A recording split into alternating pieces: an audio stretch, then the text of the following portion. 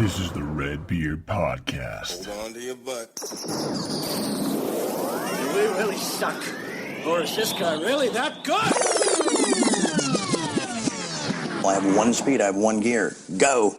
Yo, what's up, everybody? It's Cooley from the RedBeard Podcast, which is exactly what the hell you're listening to, and I'm hanging out with my boy. Yo, what's up, guys? This is Tony. Of course, I'd be here.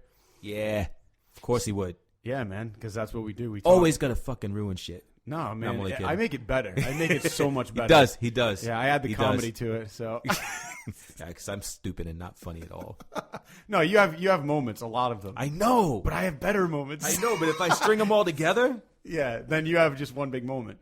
All right, so what's going on, man? I know we got a lot of stuff to talk about today. So much. Yeah.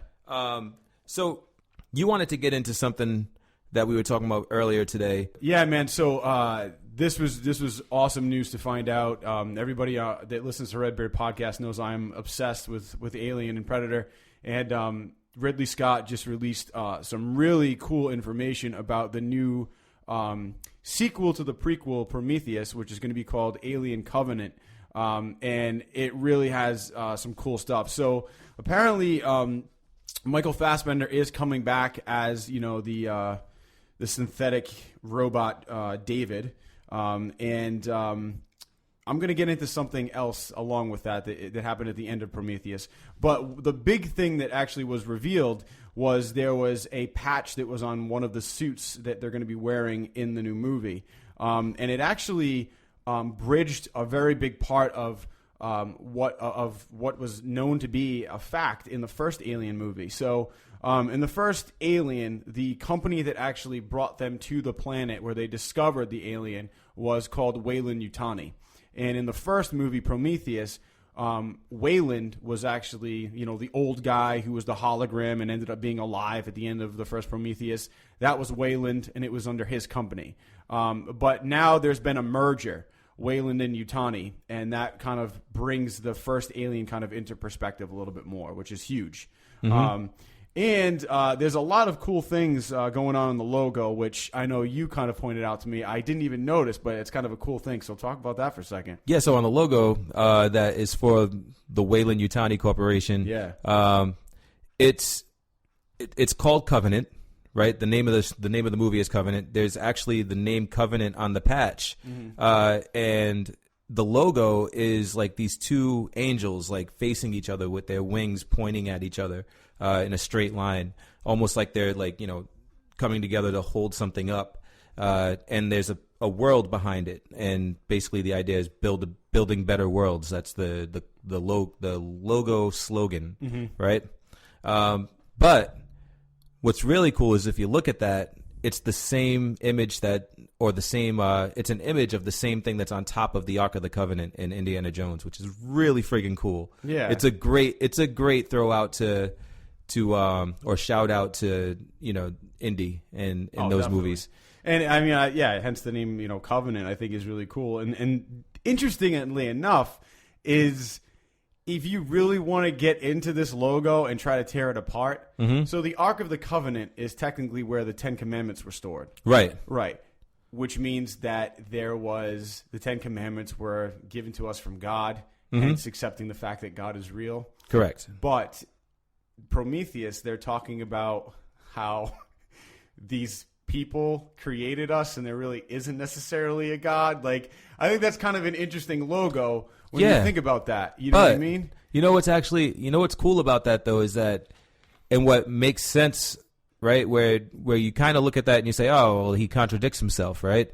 But what makes sense is that maybe he's saying those Prometheans, right? The Titans were the Ten Commandments were gods. Right, but I mean, I agree with you on that. But I mean, I think in a biblical sense, it's kind of funny. In Indy, when they open the Ark of the Covenant, it basically melts your face off if you look at it. Close your eyes, yeah. Right. So you can't. Nobody's ever seen the Ten Commandments. They just know that they're there and what they represent. Or somebody just said, "Hey, these are 10 Commandments," right? But you don't really know what's in the box. Right. Kind of like the thing in the trunk for Repo Man. Oh yeah. Yeah. Right. You know, or the suitcase in Pulp Fiction, Yeah. right? Like you open it up, you don't know what's in there, but you know something's in there, and like you could say whatever it is, but it looks holy as fuck. Yeah. So yeah, sure, it's 10 Commandments, great. He just melted his face off. I'm not gonna check. Yeah. Right? I think he's good. I don't want to. I'm not gonna mess with that. So yeah, who knows what's in the Ark of the Covenant? But it's safe to say that Ridley Scott is pointing to the Titans or the Prometheans or whatever the name of that race is as being the people that provided that, maybe. Mm-hmm. Yeah, I mean, I just think it's such a cool bridge to bring that together. It really is something awesome. And the other thing that I thought was really cool, and also made me think is Dr. Ross, I believe her name was, in Prometheus, the woman who gets she has the thing taken out of her when that machine comes open. Numi Rapace, right? Exactly. She, it was or said Rapace, in I don't know another, how to say her name. yeah, in another article I read, it said that she is actually there's no mention of her like in this movie. Like they go to this planet where Weyland-Yutani goes to this planet to actually find out that it is uninhabitable only by one person, and that one person is David, the robot. He's right. the only living thing there. But at the end of Prometheus, she takes off in a spaceship that he is controlling to go find these, creators, right? So you wonder how much years have spanned. You know what I mean? If she actually, grew old and passed away and he's still alive, right? Or if she just died in transit, it'd just be interesting because she did get her midsection ripped open. I mean, I don't think they had any antibiotics, on the ship, but I don't know. It's just interesting. I want to know what happened to her, and that's going to have to be explained at some point. I think this picture actually answers the question of how much time has passed, not specifically, but I would say a good amount. A good amount being the fact that it's Weyland-Yutani, right? Like that, right. It takes a long time for companies to merge and come to terms, and also to have full-fledged expeditions with the Weyland-Yutani logo emblazoned on the sleeve. That's a good point, and not to mention the fact that she was probably going to have to. Like when they traveled to that first planet in Prometheus, it was what was it, 2 years or something? They were in hypersleep. Right. So, I mean, that's going to take some time as well. I don't know.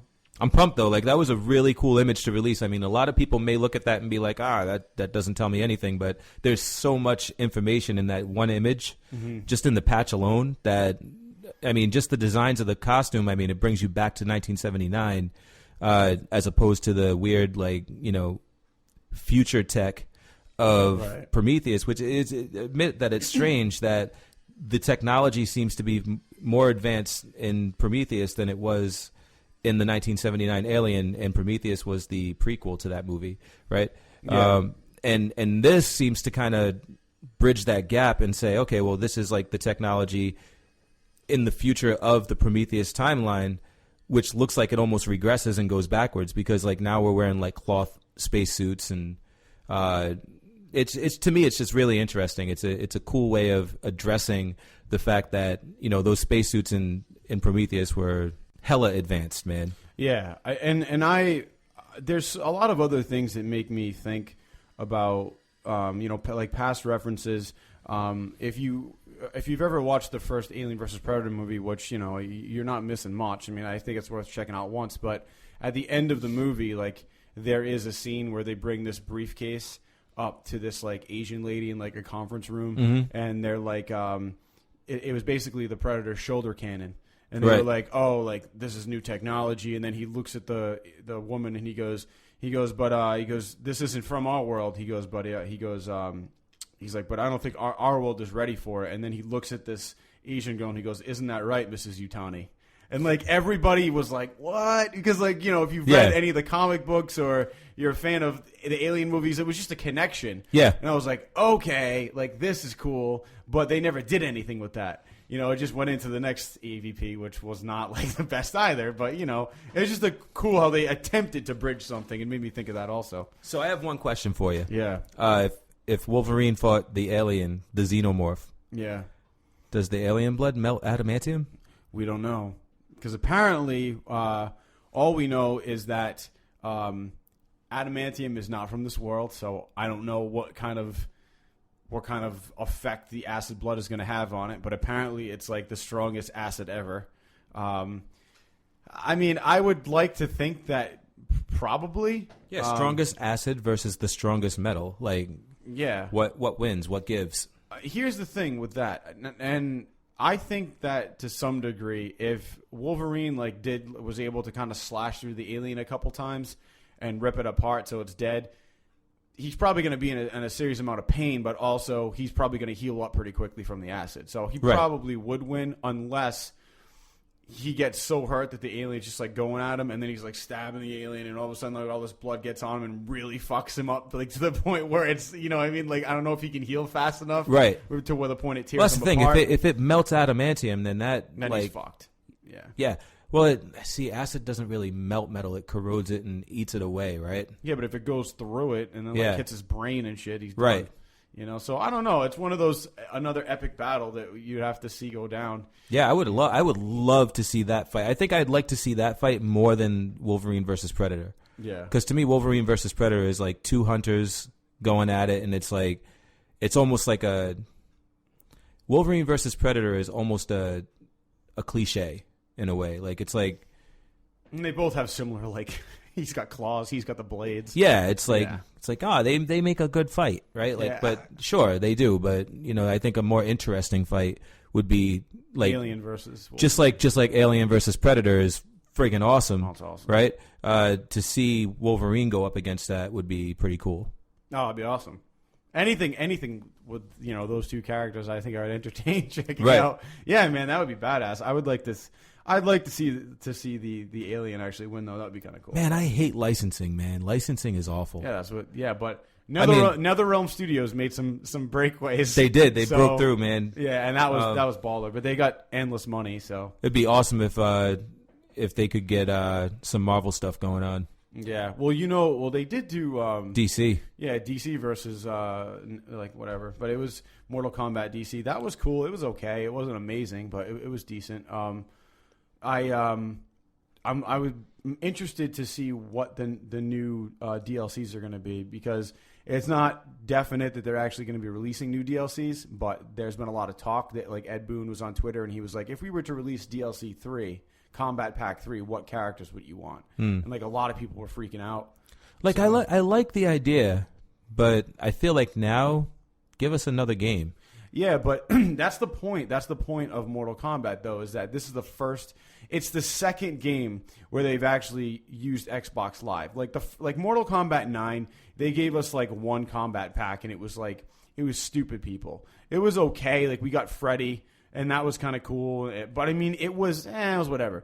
Like, I think they were playing with that idea to see how well they did with it. But Mortal Kombat 10 came out, and they already had excuse me. They already had combat packs lined up, like ready to go. It was just a matter of like letting the game go out, letting people download all the shit. Like, they're making money off like people spending all the money on getting all access to the crypt, like all this stuff. And then they released the first combat pack with the Predator and Jason, and it exploded, and they made a ton of money. They released the second one. That one exploded because everybody was like, "Holy shit! Like, I can get the alien now." You know, like everybody was freaking out. And they made a ton of money, and they're still making a ton of money just off like online play and stuff like that. Like, people are using this game a lot. Like, it was #1 game last year. Yeah. So now they're trying to make more money, I think, of not having to spend money on making a new game, but making excuse me, or adding stuff to the new game. Yeah, no, that makes sense to me. Right. Like, I totally get why they're doing it. Yeah. I feel like. I mean, don't you feel like as a fan of this game, don't you feel like you're maybe you're getting milked?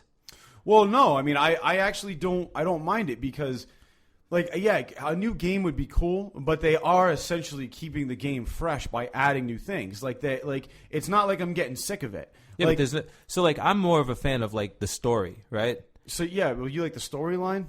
I didn't like the storyline in this game. No, but I'm saying, like, that's what you like about it? That's what I like about most, like, fighting games. I like fighting, getting to the end of the tournament, and seeing the end result. Yeah, but, right? I mean, you could do that, but you can do that with every character. Like, see, like, what happens after they get to the top of the tower and defeat it. But, I mean, for me, Mortal Kombat was never about the storyline. It was always about like having your friend come over and you just fuck up each other. Like, that's the fun of Mortal Kombat. Yeah. It's like, I mean, the storyline, yeah, it's included in the game, and this is just me, but it's like, I'll go through the storyline and be like, oh, that was cool, whatever. But, like, I'm like, all right, now let's find somebody who wants to play. Like, that's when it's fun, because it's always evolving. Your friend gets better, you get better, you having somebody else who thinks they're awesome, or maybe they are awesome, they kick your ass, and you come back. I mean, that's Mortal Kombat. And that's the thing, like, we're almost a decade apart.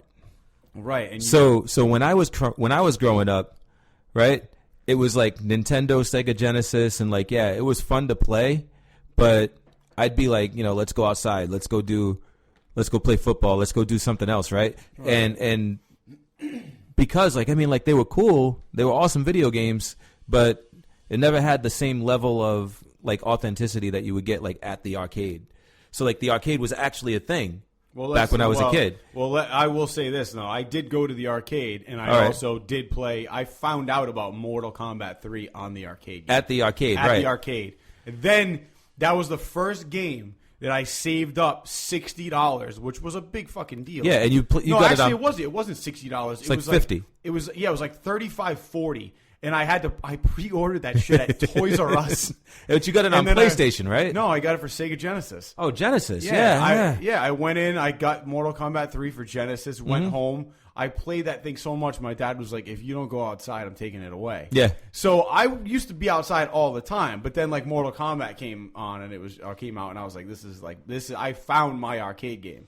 Yeah, so my point was like my friends like would more be like they would be the outside people. So if I wanted to play, there was no Xbox Live, there was no way to connect with somebody else and play against them. It was just you had your home console, right, and you're playing. So like for me, it was just strictly about the story. It was like I'm playing as Nightwolf, and I want to know what happens with Nightwolf, and like so I play until I get to the end, and then all of a sudden I get his little story, and I got to read the whole thing as it's scrolling up. I miss a couple of sentences, so I got to play through again and read the rest of it. Right? Mm-hmm. Like that was my enjoyment. Street Fighter, same thing. Like playing through and beating, the like M Bison, and then at the end, like you get this little animation that plays out. It's like maybe less than a minute, but it was still something for me. It was like a payoff, and like this game, like I'm already done with that now. Like, and I want more. I want to know like what the next chapter is. You know what I mean?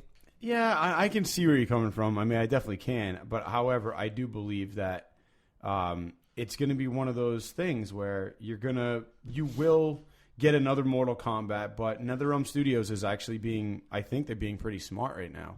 Like they're getting as much money as they can out of this. People are still buying it. If they take that money and reinvest it and make like an even sicker game the next time, like, because this game is sick. I can't deny that. This game is like near perfect. Yeah.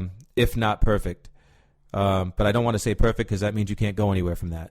Right. No, the graphics are only going to improve. Yeah.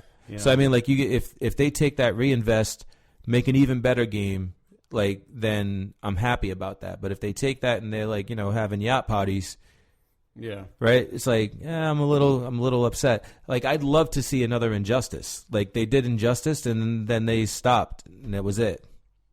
Yeah, well, I think because Injustice, that story was friggin' amazing.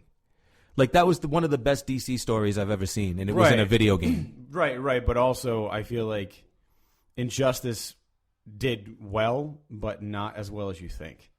Like, when it came out, people were like, oh, cool. But then, like, the fighting style was NetherRealm Studios, so it was exactly like Mortal Kombat, but it still didn't have the whole Mortal Kombat feel to it.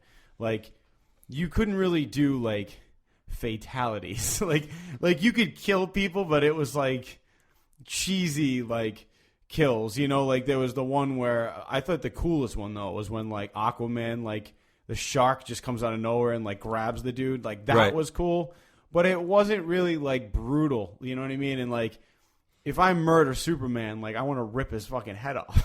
Like I couldn't do that. Right. So but I think that was like a DC licensing thing. Yeah, DC was like you can't do fatalities. You can't do fatalities, and they were like, all right, that's fine. But I mean, but DC now, yeah, you let DC license your stuff now, like you're gonna get fatalities because they're all about the darkness. Yeah, exactly. Yeah, and I want to see, and I would love to see that. Like, I'd love to see you like really fuck up Superman or. I mean, Aquaman the Joker went nuts on his fatalities. Was pretty cool though. Yeah, the Joker was pretty decent. But whatever. I feel like they could have gone a little. They could have made that game a little bit better than it was. I thought the gameplay was decent, but well, that's what I'm saying. I felt like it was a great first step. It was like a really great game for the first step in this series. Plus, the story was outstanding. If you could mold another story, right, something like a chapter 2, or like even if it was like a completely different take on it, but then give us some more gameplay and take it in a little bit further, right? Dude, like, I mean, it's something that they could build on from game to game, I agree. Or even if they gave us an Injustice Combat Pack, that would be fucking awesome. See, it'd be badass if they actually, you could actually see the battle you want to happen if NetherRealm Studios got permission to put Wolverine in the game. Yes. That would be sick. Wolverine would be pretty sick, and then you could face off against the alien. Except it wouldn't really be, like, super accurate, because it would just depend on how badass you are with that character, right? Right, but still, if you're badass with the character you want to win with, then like, yeah. Speaking of Wolverine, though, I don't know if you heard that Stephen Merchant is actually going to be in the new Wolverine movie. Yeah, and I don't know what he's going to do, who he's going to play. Somebody's saying that he's probably going to be like some kind of like mad scientist type character, which is kind of what I could see him as. Yeah, you know what I mean. Kinda. But because he's just tall, lanky, glasses, kind of. All nerdy. I can think of is "Hello, Ladies" when I hear about Stephen Merchant. That is like it's my favorite like Stephen Merchant production. I mean, I know he's like the co-creator of The Office, which was awesome. It was amazing. Yeah, and I know he's like on that Idiot Abroad, which is another fantastic documentary. But he was also a pretty funny character. He was Ricky Gervais's agent in Extras. Yeah, yeah, he was funny in that. And he was in some recent episodes of The Big Bang Theory. Yeah. And he was cool in that. But like when I think of him, I think of Hello Ladies because he knocked that shit out the park. It was friggin' awesome. I was so pissed when they canceled it. The movie was great. But I can't think of him as is he going to be comical in the movie? Is he going to? Yeah, I think he probably will be the comic relief. I mean, I don't understand why you would cast Stephen Merchant and not have him be the comic relief. I mean, he's got to have even if he is some sort of a villain. One, I would love to see Wolverine just like fuck him up because it's like, wow, he just fucking killed Stephen Merchant. Yeah, like probably the nicest guy ever. Well, that's the thing. Like I want to watch this movie, and I don't want to see him on the screen and be like, he's Stephen Merchant. Like I want him to be a character that he can fully embrace. Yeah, which is why I say he'd probably be like a mad scientist because like I can't see Stephen Merchant coming on and being like, wow, dude, he's a badass. In which case, he's still going to be Stephen Merchant to me. You know what I mean? Like. And if he fucks up Stephen Merchant, he's gonna be killing Stephen Merchant. Like he's not gonna kill a character in the movie. I want to find out how many more times we can say Stephen Merchant. It's a good drinking game. Every time you say Stephen Merchant, drink, which means I will not be getting drunk in any other time except this podcast. Right. But I honestly think, yeah, he would have to play some kind of a nerdy character. It's kind of like Shaun of the Dead, the guy from Shaun of the Dead, the main character. He was in, what's his name? Simon, I forgot his name. Simon Pegg. Simon Pegg is great, but he plays the same type of character in Mission Impossible. He's like the quirky kind of guy, but he's like the nerdy guy who like figures out all this shit. And he's, and I feel like Stephen Merchant falls into that same category where he probably would be a pretty cool character, but I don't think he's going to be much different than what we've already seen. But I think the key here is like you mentioned Simon Pegg, and it's a great example because Simon Pegg to me is Simon Pegg in every movie that he's in, except Star Trek, in which he's Scotty, right? Because he embraces that character, and he is Scotty in Star Trek. I don't look at that and be like, oh, Simon Pegg is on the Enterprise. I'm like, oh, it's Scotty, right? Mm-hmm. And now when I see Simon Pegg, it's like, oh, it's the guy that plays Scotty, right? I want something like that for Stephen Merchant. I want Stephen Merchant to have a character that changes me in the sense that I'm looking at him and I'm saying, oh, he's that character. It's funny that you said that because I completely disagree with you on that. And you do? I do. The only reason why is because now when I see Simon Pegg, I'm like, oh, he's good with computers. He's the same thing in Mission Impossible, and he's a fucking technician in Star Wars. He's the same Star Trek. Star Trek, sorry. He's the same guy. Like, I know he's Scotty and now he's Scottish, but but at the same time, he's fixing shit, and he's, like, mechanical. But here's the thing. Like, so every other movie that he is that he plays that role in, they made that role for him or chose him. Where this seems to be a role that he was destined to play because that's his character. You see what I'm saying? Yeah, so they molded. It's like the Ryan role, Reynolds. right? Yeah, Ryan Reynolds is another example where like Ryan Reynolds is Ryan Reynolds in every movie. I can't tell you the name of any one of his characters that he's played. Right? He was the guy in this movie. He was the guy in this movie, but he was Ryan Reynolds. Now, Ryan Reynolds is Wade Wilson. He's Deadpool because that was the character that he was born to play. He grew in. He got that role. He attacked that role full force and became that character. Mm-hmm. Simon Pegg became Scotty.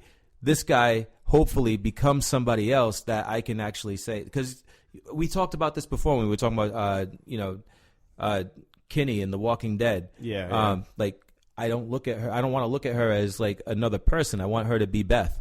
Yeah. Like forever. She's Beth forever to me, right? Yeah. And that's the world that I live in when I watch that movie. When I watch movies, when I read comic books, it's an escapist mentality that I have. I escape this world and I go into another one. Right? And I don't want Stephen Merchant to pull me out of that. Like when I see Hugh Jackman, he's Wolverine, dude. Oh yeah, he's always Wolverine. Wolverine because he owns that role. Yeah. By the way, McGregor, did you see? Have you seen? Look up. I saw this morning. Look up Hugh Jackman working out for Wolverine. Dude, ridiculous, this guy. I'm like, what the fuck? Like, he puts like a year of work into a movie. Like, I don't know. But no wonder this is his last one. Oh, my God, dude. It's like ridiculous. No, I've seen it. It's insane. That is his physique. That's what I want. Like, I don't know if I want to be like Wolverine Jack, but I mean, he's just that is like I don't think you're gonna find one guy on earth that is gonna argue with you on that. Like that is the physique I think everybody wants. And I'm like, dude, I work out, but like, fuck, like he's just like, dude, he's like squatting like 1,000 pounds, like five. He's got like 3 45-pound plates on each side. I mean, and it's like, okay, you go online, you look up bodybuilders, and like, yeah, they're going to be putting up some retarded weight. But it's like, I'm looking at Hugh Jackman, who's like a normal guy who's just doing this to get in shape. But he's putting up like ridiculous weight, you know? And then he's like, and then he was like, he's like balancing on like those like exercise balls, the big ones? Yeah. Yeah, he was standing on one of those, balancing. No weight, but just doing like his own weight squats without falling. But it was crazy. Like you try to like his core is ridiculous. Yeah, I mean, but just balancing his legs and everything, he had to like really good like hand. I know the secret though. I know the secret. The secret is quit your job. Well, yeah, and then just work out. See, but that's the thing. He's getting paid to work out. Like most people need to go to a job and then actually make money and like and then by the time you're done, you don't want to go to the gym. Yeah, he wakes up and he's like, let's work out all day and then eat, and I'm sure he has people make the right food for him. Yeah, no, then he's like, oh, I'm going to take a break. I'm going to go over here. I'm going to eat this delicious salad that was just made for me. Then I'm going to go back and work out some more. Then I'm going to stop and I'm going to go take another break. Oh, that is a nice plate of protein right there. Thank you. I appreciate that. Yeah, and me, it's kind of like, oh, I got to go to work. I'm out at 5. I don't feel like going to the fucking gym. Yeah. I go to the gym. My night's over. I got to cook. I have no food. I'm like, oh, shit, I got to make some food now. Then, like, by the time I actually make the food, I don't even want to eat it because I'm tired. Like, it's just, like, ridiculous, dude. That's a nice plate of protein there. Hey, Chief, you don't find meat like that everywhere. You know what I mean? Thank you so much for putting that on that plate for me. I appreciate it. Thank you. That's a nice spicing. That's a nice flashlight. It's an inside joke. Anyway, so yeah, man, I don't know. It's insane. It's insane. But yeah, check that out if you guys haven't seen it. But yeah, I mean, anyway, dude, the BBC. I found this online earlier today. The BBC and Netflix are actually doing a production of this or a remake of this cartoon, Watership Down. I talked to you about it. You said you didn't like. You never saw it when you were younger. It was actually a pretty popular book that was made into a cartoon, and it was like one of these things. Like if you remember, like Animal Farm, everybody's read Animal Farm. It's along those lines where it takes like animals and it gives them, it personifies them and puts them in these situations like that mimic historical events. And this one basically is kind of like the concentration camps in Germany. And you have like these rabbits that represent like, Nazi Germany, and then you have these other rabbits that represent the Jews and those guys that were in the concentration camps. And the whole idea is like they want to get out and they want to escape and they want to go see what life is like outside. And the other rabbits are like hunting them down and trying to kill them, and it's like it's really brutal. It's really adult in its theme, but it's not anything like kids should read. No, for some reason when I was 6 or 7, that was a cartoon that I watched, and it really resonated with me, and I watched it and I loved it, and it became the template on which I built my desire for more of that type of film. So everything that I watched from there, if it didn't have some kind of adult like theme to it, like it was dumb to me. Like I couldn't get into it. So like He-Man and the Masters of the Universe was always silly to me. I'd watch it, right? But it wasn't like I was like this huge fan of He-Man and the Masters of the Universe. The toys were great, but watching the animation just was lacking because it always defaulted to this childish like idea of like good triumphs over evil, and there's no death, there's no nothing. Like he punches somebody and they fly to Castle Grayskull or Snake Mountain or wherever the hell he punches them to. But there was never any like consequence to anything, and that Watership Down is what made me realize that actions have consequence and death is something that's real. And like from there, like, Robotech was the next thing and all that. So I'm super excited about Watership Down coming to Netflix because Netflix knocks everything out of the park for some reason. I don't know like who gave them the golden goose, but they are laying some friggin' eggs that are absolute gold. Like every time I turn around, I'm seeing something that's awesome. I still haven't finished Unbreakable Kimmy Schmidt yet. I only saw the first episode of the season 2. Oh yeah, I know Becca watched the entire first season and loved it. Yeah, I was in rehearsals for a show at that point. I had no time, but she loved it. And John Hamm, I heard was pretty good in it too. But this Watership Down has some talent behind it. I mean, McAvoy is going to be in it. James McAvoy is pretty much good in anything, dude. Nick Hoult, who comic book geeks will recognize as the dude that plays Beast in the new X-Men series. Yeah. Also, John Boyega. Star Wars. Yeah, FN 2187 or Finn. In Star Wars. He also played in Attack the Block, which you haven't seen yet, but you should definitely put it on your list. It's on Netflix, I believe. If it's not on Netflix, I mean, you can probably get it on iTunes. Just, it's worth paying for. Like, it's a movie that you totally worth dropping like, $4.99 for a rental fee and watching. If I would own it. I like if I were you, like I would actually just buy it because you're gonna love it. It's right up your alley. It has aliens. It has, like attacking the earth, and this group of kids that actually are they're actually like gangsters basically, but they end up becoming heroes to this woman and like some people in the neighborhood, and defending them against these aliens because they're the only ones that have like the street knowledge and like the ability to like fight these things back. And they inspire the community to fight back, and it's a really cool movie. Lots of good action, and it was the first time that I ever saw John Boyega in anything. Anything. Yeah, you said like that's what kind of put him on the map. So. Yeah. Speaking of stuff that's coming out and just like new and up and coming, we obviously all saw the first episode of Game of Thrones. What did you think of Game of Thrones, man? Because I thought it was pretty badass. Dude, Game of Thrones was probably one of the best opening episodes so far. And I say that because you got not only did they bring you back into like these stories for all these characters, but each character had a really dramatic like turn of events. Right? Mm-hmm. Like where Sansa finally meets up with what's her name there, Captain Phasma. They finally meet up and join forces, and Sansa that was funny. Sansa like grows into her role as like a lady. Yeah. Right? And even though she didn't know what the fuck she didn't even know what to say, that but was the best part when he was like, just say this. Yeah. It was great. And then what's his name there? Greyjoy actually like grew his balls back a little bit and helped fight back. Not really though. The They're Hounds. Not coming back. Like that. His dick's not coming back. Yeah, no. It's unfortunately. I mean, like I feel bad for the kid. That sucks. Yeah. What do you have to look forward to? Yeah, he's saying like, what is it like? Is it like there's a scar? Is it just I don't smooth down there? that. Like, is it? But how does he take? See, all right.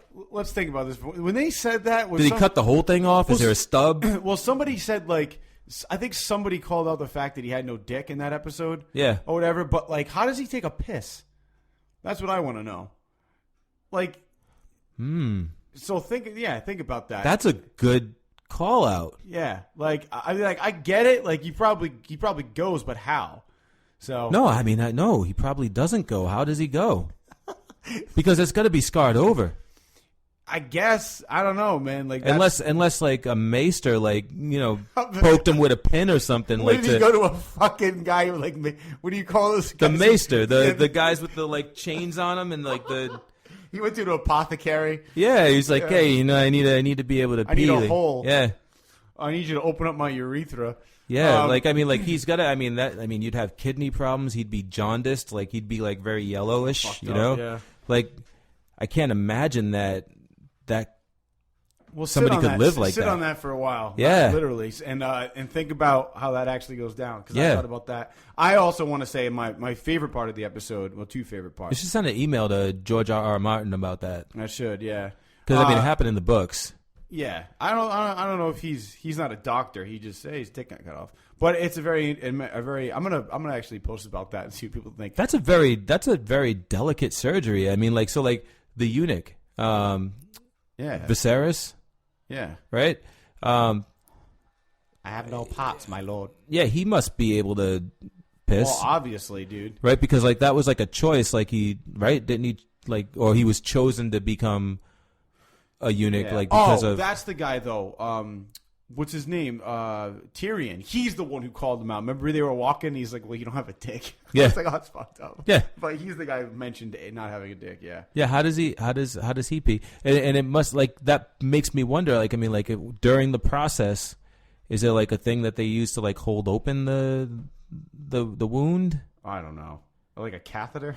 Yeah. Jesus. Does really he cath? this? I don't know. Did they have catheters back then? Probably not. I don't know. Maybe they did. Maybe it's like made out of like vine or something. God, vine. Let's stick this fucking thorn fucking or just stem like in there. metal. Oh God. Anyway, well, I also want to talk about one of the other cool parts of the episode for me was the Red Woman or Melisandre at the very end. Oh yeah, that was dude. When I'm sorry, like that. She loves getting naked, and I don't have a problem with it. But like as soon as she took that necklace off, I was like, fuck. Yeah. Like dude, I'm all for that girl, but she's got to keep the necklace on. I think HBO has heard the community and their backlash on wow, all that show does is just show a bunch of boobs and it's for horny people and blah, blah, blah, right? And then the HBO's like, all right, cool. So like, here we go. Gonna show you some, it's like the only scene where they show you boobs. They're like, okay, so here's your boobs. Now check this out, right?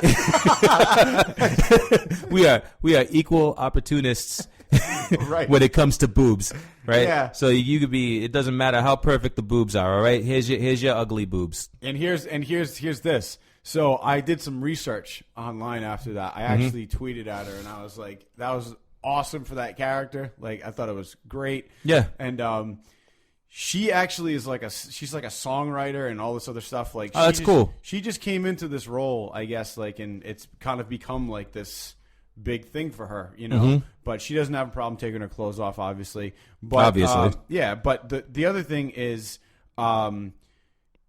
they don't even know, like, she doesn't even know what the deal with that is. Like, there was an article I read about it. Like, they don't know what that means. It's going somewhere. Like, the writers have a plan for that. But it actually gets to show, like, how it gives the audience an idea of how old she actually is. Yeah, that's She's all they not said. what she seems, how powerful she actually is. Like, you know what I mean? It was really cool. And then the other thing too is I read another article that explained how they did that. They actually used an old woman. Like, that was actually a real person that they put, like, makeup on, but that was actually, like, a real body. Right. It wasn't, like, that's real when you know that. Yo, and then they actually took, like, they CGI'd, like, a version of her face onto this woman's body. I wonder what that conversation was like with the old woman that they use. Like, hey, you mind, just like getting, oh yeah, sure, I'll get naked. Nah, I don't mind. But I mean, like, it was awkward though. Like, you didn't, and then I was shield your eyes. Here we go. But like, she got naked and they just like hobbled into bed, and I was like, I was watching that scene and I'm like, what is the purpose of, like, if they ended it with her just standing there, like, looking at her reflection, yeah, I would have been like, okay, like, she's her guard is down. She wants to kind of check in to see, like, what she actually looks like. But then she crawled into bed and I'm like, like, that's interesting. And I think, like, her getting into bed was actually, like, her being at her most, like, vulnerable. You know what I mean? Which was very interesting because she's a very powerful presence when she's around. Yeah. And I also think that there's something going on with, I think she might have actually, just because of the general reaction she had, I feel like she had a real loss with, like, Jon Snow. Yeah. They, like, fucked at one point. Like, when he was in his chair and, like, his whatever chair, you know, he was, like, hanging out, she went into that room and, like, fucked him. Yeah. I think she did, right? Or she tempted him and he was like, get off. Yeah, that's what it was. Like, he probably wanted to get off, but he said, get off. And then he went into the he was like, I can't take this. Yeah, and then he's like, I like another redheaded girl. So he ended up, like, dying, and she was kind of shocked by that. And then at the end of the episode, she just seemed like really depressed and distraught about it. Took off her necklace, got old, and then, like, laid in bed. It was just kind of like, it was the weakest I think we've ever seen her. What do you think's going to happen with Jon Snow? I mean, like, it feels like he's already past the point where they can attempt to bring him back. So I don't think they're going to bring him back. He's probably gone. But do you think she's got a plan? Well, I don't know if she has a plan, but I think that there's something going on with that dire wolf. Oh, yeah. Because the dire wolf was, like, freaking out, and I think they heard the noises, and that's why they went over there and found his body. I think the dire wolf actually, like, might have some part of Jon Snow in him, which is why, because when those guys came up to the door, it started, like, freaking out and got really pissed off. Well, that dire wolf is, I mean, like, each one of the Stark kids had a dire wolf as a companion, right? And I'm not sure that there's actually, like, a connection where, like, he's in him, but I think there was definitely a spiritual connection. That's what I mean. Like, where the wolf, like, is, like, mourning his loss. You know what I mean? Like a human would. Right, but I also feel like I'm not saying there is. I feel like there may be something going on there because it was just interesting how the wolf was right next to his body. Yeah. Right, like they chose to kill him there, and then also that's how they found him because of the wolf's, like, you know, noises, and then the wolf is, like, in the room with all those guys, and it started getting. It was the first thing the animal was the first one to actually get really pissed off when they heard the noises at the door. Right. You know what I mean? So that was interesting. But I don't know where that's going to go. I think he's coming back in some supernatural way. I've been saying that the entire time. Even if he ends up on the other side, like, you know, he's like the king. I of the. still want to know what the hell's going on with Bran. Oh, you mean the dude, the other kid? The kid with the trees. Yeah, I don't know, man. I mean, they completely left him out of last season. Yeah, he was gone last season. Yeah. He didn't make an appearance in the first episode this season. I mean, they got to go back to him at some point. Did you see the preview for the next episode? They showed him. Oh, cool. He's coming back. Nice. He's there. I mean, he definitely aged a little bit. Yeah, I didn't watch the preview for the next episode because I watched it on HBO Go. Oh yeah, no, there was a preview. He's coming back. He'll be probably in the next episode. It's interesting. I mean, there's a lot of stuff coming. Daenerys is kind of fucked up. She's like she kind of screwed herself by opening her mouth. Yeah, I'm the Khaleesi. I'm the widow of Khal Drogo, and they're like, "Oh, cool! So you can go chill in this temple with all the other widows." Well, is it that, or you can go chill in like with these other past dead bodies? That's what I thought that was. No. It's the there's a temple that all the widows of the of other Khals are all they can't leave. They have to be there. Like there's nowhere else for them to go. Like they all just chill there. I don't know what the deal is with that, but well, I know what the deal is. I know that the dragon's gonna show up and fuck everybody up, and that's how she gets out of there. So that's what's happening. Or you're gonna have Ser Jorah moment come down and like if that like leprosy disease doesn't get him first. These are stone men. Don't touch them. But apparently he touched them. Yeah. He touched one of them. Shit. Yeah, seriously. Yeah, that's all. That's gross. But we'll see. Oh, and Arya getting smacked in the face with that bow staff. Oh, that was awesome. Yeah. I'll be back tomorrow. Yeah. What a shitty fucking... So great. She can't see. Oh, my God. Anyway, well, I'm excited to see where Game of Thrones goes. It's always a freaking awesome season. Last season was badass until... I feel like it was really slow until like the last like 3 episodes. And then it just like blew up. Also, Margaret, that's her name, right? Margaret? Which one? The chick from the Rose's sister who is married to the king. Oh, yeah. Yeah. Margaret, yeah, she was in that cell, and that guy, you know, the holy guy or whatever. Yeah. Like he said, correct me if I'm wrong, but he said you started on the right path, but you still have like a few months to go. No, he said you started on the right path. He goes, but you still have miles to go. Oh, I thought he said months. I was like, wow, you really want to like screw her, right? Like, cause I was. He like, said miles to go. All right, I thought he said months. I was like, oh, okay, that's a long time. Yeah, but I mean, I think that the king is going to find out where she is. I think eventually, or she's going to end up just like confessing, like to something. Yeah, I don't know. I mean, she's smart though. She's smart. Like I think she's figuring it out, or I think she's going to end up screwing up somebody pretty bad, like making a shiv or something. Yeah, you know, and taking somebody out. But I can't stand that guy. Hey, you are a sinner. Just yeah. Like, all right, dude. Like, relax. Yeah. Like, I think you need to relax and like. I don't like it. I don't like the nuns there. Yeah, they're assholes. Yeah. Yeah. Like she was like, I don't want to. What did she say? She didn't want to do something. He like came after her. Yeah. And then he's like, wait. It's like I will talk to her. Yeah. On the stool.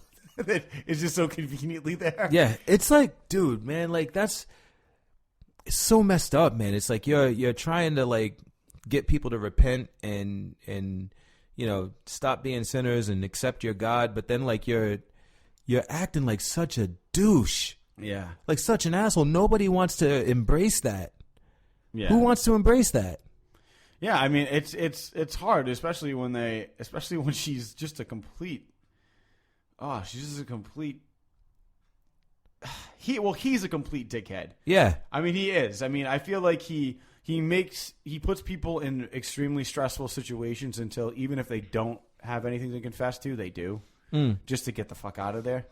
You know, so that's interesting, but I don't know. It's a whole like pressure of religion and forcing your religion on others. The whole thing that I'm not a fan of. It's like when you have a Jehovah's Witness come to your door, and and it's like they're trying to tell you about their. It's like, all right, dude, like just Yeah, and I'm such a nice. What you believe in, but don't come to my door and try to like talk to me about it. I'm such a nice guy that I'll stand there and I'll talk to him, and then like I'll be like, okay, cool, conversation's over, close the door, and go back in the house, and then like next weekend, like the same people are back at my door, and I'm like, all right, they're like, so we had this conversation last week. What's up?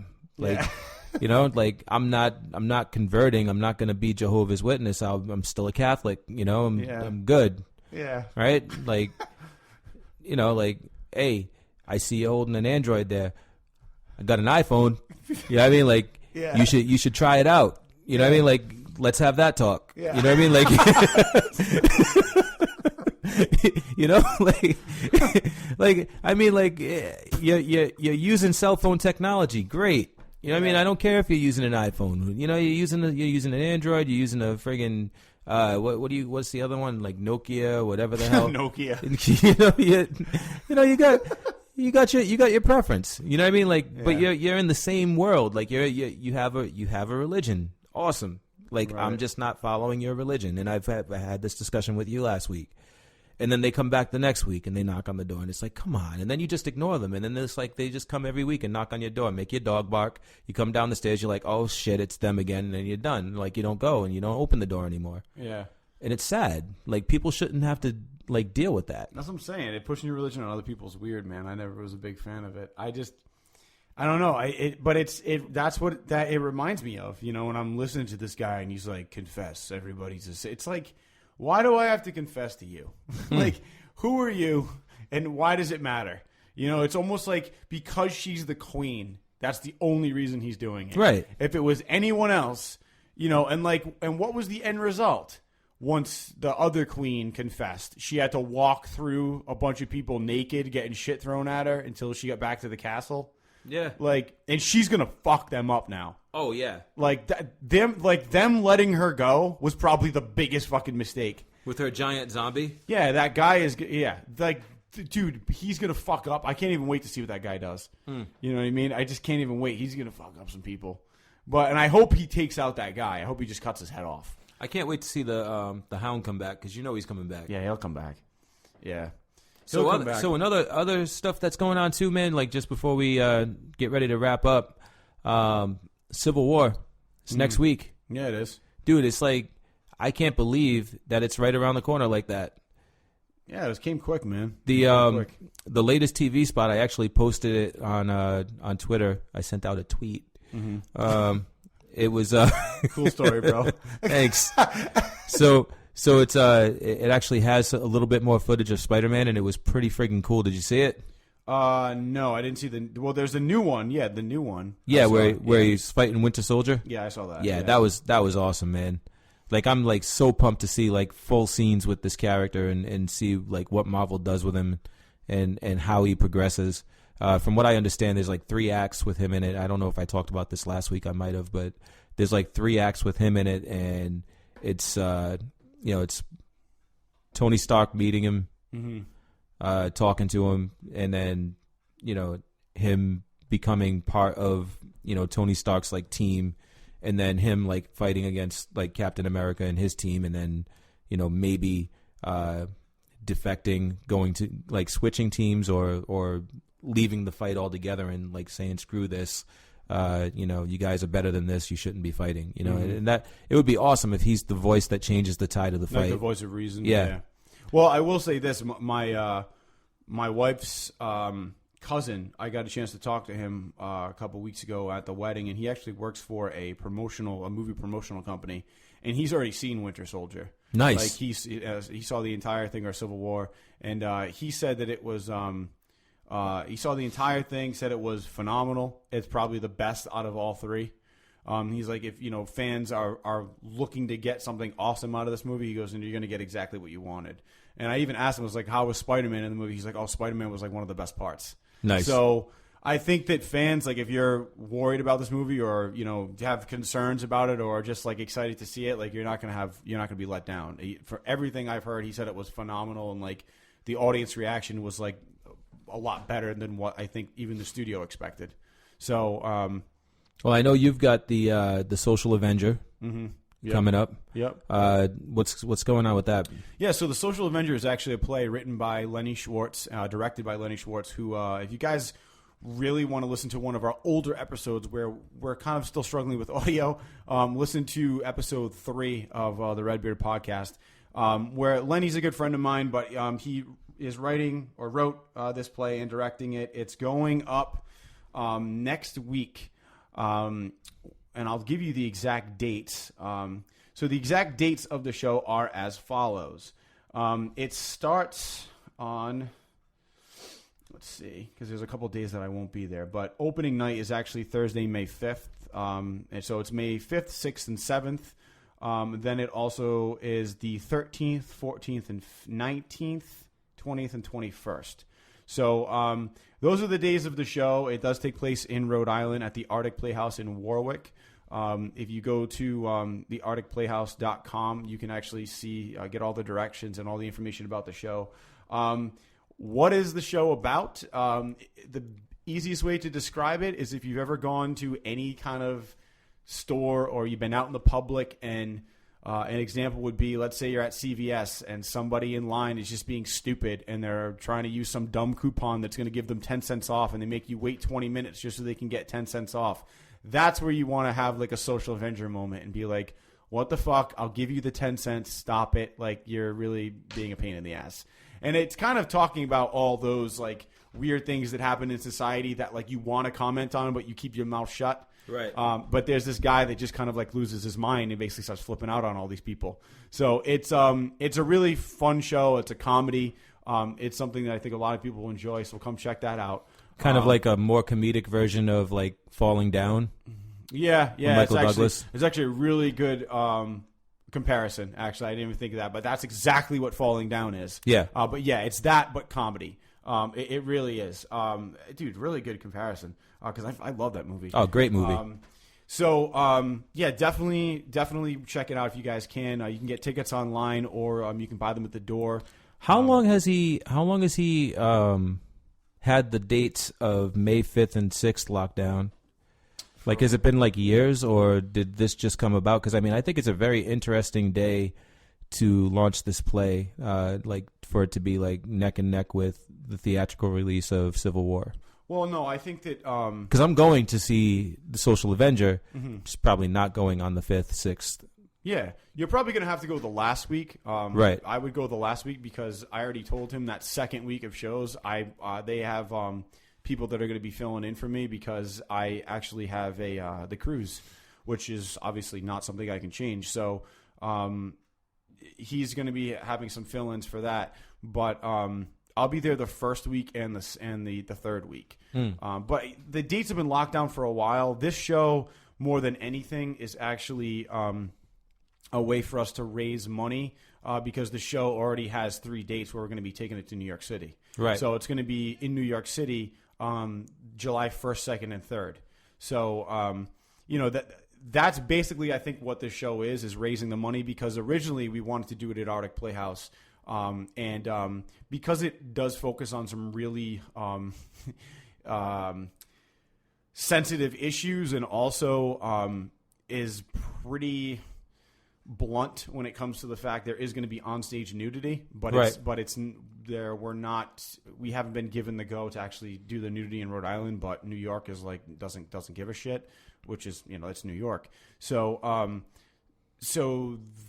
when they originally read the script for it, they didn't want him to even do the show. But then we did like a one-night stage reading, which got like rave reviews. People were like dying laughing at this. So that we're putting it up for 3 weeks, to raise some money to take it to New York. But it's definitely it's a great show, and the fact that people liked it, and it's actually got those kind of issues in it, and it has a we don't give a shit attitude, right? Is great. It breaks down some walls. So I'm excited to be in it. Yeah, man, it's going to be a great show. You should definitely come check it out. Oh yeah, I definitely, know you will. definitely. So, yeah. One last thing. Yeah. If a woman with a hyphenated last name marries a man with a hyphenated last name, decides that she wants to keep her name but still respect her husband and take on his name and have a hyphenated last name, would it be 4 last names that they have? I mean, probably, or you could take. I mean, so they both want to keep the hyphenated names. Well, her anyway. Like so, like he if her, doesn't care. probably not. Like I don't know. Like I don't know one guy who really gives a shit. Like be honest with you. Yeah, so it's probably going to be like I don't they know. never have to give up their name. Like that's be, sad, but it's true. So it's going to be like Jen Smith Barker, and then the last guy's name is like Martin Ellis. Yeah, so Jen Smith Barker Martin Ellis. Yeah, like it just sounds like she has two middle names. Right. Yeah, I mean, I guess that'd be the way they would go. Or it would be like Jen Smith Barker, Minatelli, whatever. Yeah. Like, you know what I mean? Like, stupid. I mean, like, who cares? And I don't know. That's a weird question. Right, but it's like. What made you think of that? Well, I spoke with somebody yesterday that had a hyphenated last name, and like they were young enough that I knew that they weren't married yet. Yeah. And it was like I knew that that was just their last name. So that was like, oh. Yeah. What if she decides that she wants to get married? And what if that guy has a hyphenated last name? Right. What if she doesn't want to give up her last name? And then like it just hit me. Like that's how my mind works. Yeah. So I thought it was a valid question. I've never seen somebody with 4 last names. Yeah, I think before. because it's uncommon and pretty Yeah, ridiculous. it probably would be. I mean, like, because how you don't see many hyphenates out there right now, like, but that were like born that way, like they just married into it. But you see a lot of it out there where people are marrying into that and becoming a hyphenated last name. Yeah. So you're going to see a lot of kids out there with those hyphenated last names. Mm-hmm. So now, like in the next generation or so, we might start seeing somebody with 4 last names, which is I think it's kind of interesting. So it would be like going back in time. Yeah. I am Theon Greyjoy, son of whatever. Son of the Stark family. I don't know. I'm just making shit up now, but yeah. I mean, there are cultures out there that do it. I mean, like the Hispanic community. Like there are folks out there that have like they just keep like every generation's last name, right? Like who else? I don't know. Oh, like I think in India, I think that's why like a lot of these names are so long is because like they just kind of keep like it's like Play-Doh. They just take the name and like it's like Play-Doh. Jesus. Oh my God. But that's what my buddy told me, man. Like he was like, oh yeah, my name is this long because blah blah blah, and like it's like we just keep adding on, and like it's like disrespectful to take off, one of their last names or whatever. So it's like, okay, cool. Yeah, I don't know. I think that's weird. It is. It is I'm gonna research this. So the next time we talk about it, I'm gonna have. Should we bother? Is it that interesting? Is it an interesting thing? I think it's interesting. You think it's interesting? It's interesting. I think it's interesting. You think it's interesting? Yeah. No. Let's bring it up next episode. All right. Yeah. And I'll research it and I'll get some like more concrete information. Cultures that actually have these extended last names and why they do it, and I agree. How America's heading in that direction, right? Because we are, right? Yeah, totally. Yeah.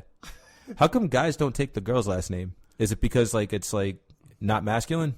Yeah, probably. I don't know. I don't know why. I don't know. Well, what if the girl's last name is better? Well, I think my name's better. So what if my last name was Schmutz? Well, like seriously, who knows? Like maybe there is a last name Schmutz out there, and maybe you don't like it, and maybe like her last name is like something cool, like Patrick or Johnson or something. Right? Patrick's cool. Oh, yeah. Patrick, Danica Patrick. That's a fucking cool last name. Coolest name ever is Keanu Reeves' character's name in The Replacements, Shane Falco. There you go, Falco. Yeah, like name. My last name's Schmutz. Her last name is Falco. Like I'm like cool. I'll take your last name. Can you do that? That is a situation where you probably should have changed your last name a long time ago. Right, but like now I have an actual reason. Yeah, then take the Can you do it? Yeah, you can. It's actually some guys choose to do that. It's fine. Right. Like I obviously wouldn't because like I like my last name so much that I made it my first name. Yeah. Yeah. So by the way, moving on. So if you guys were not aware, you can also check out RedBeard Podcast. There was recently the April episode of Tony Flying Solo, episode 21, called Aliens, The Truth is Literally Out There. You can check it out. I had special guest, my cousin, Danny Amaral, who I've been talking about for months, and he was going to be on this podcast to talk about aliens. But it is up. It is a longer podcast. It's probably about, I'd say, an hour and a half, but we touch upon a lot of stuff because, we just have so much to talk about when it comes to that segment. So if you're into that stuff and you find that stuff interesting, give it a listen. It's definitely a fun podcast. It's got a lot of cool stuff in there. So with that being said, I think we are done for this week with RedBeard Podcast. Everybody enjoy your weekend, and that about does it. Yep. All right. Later, guys. Peace.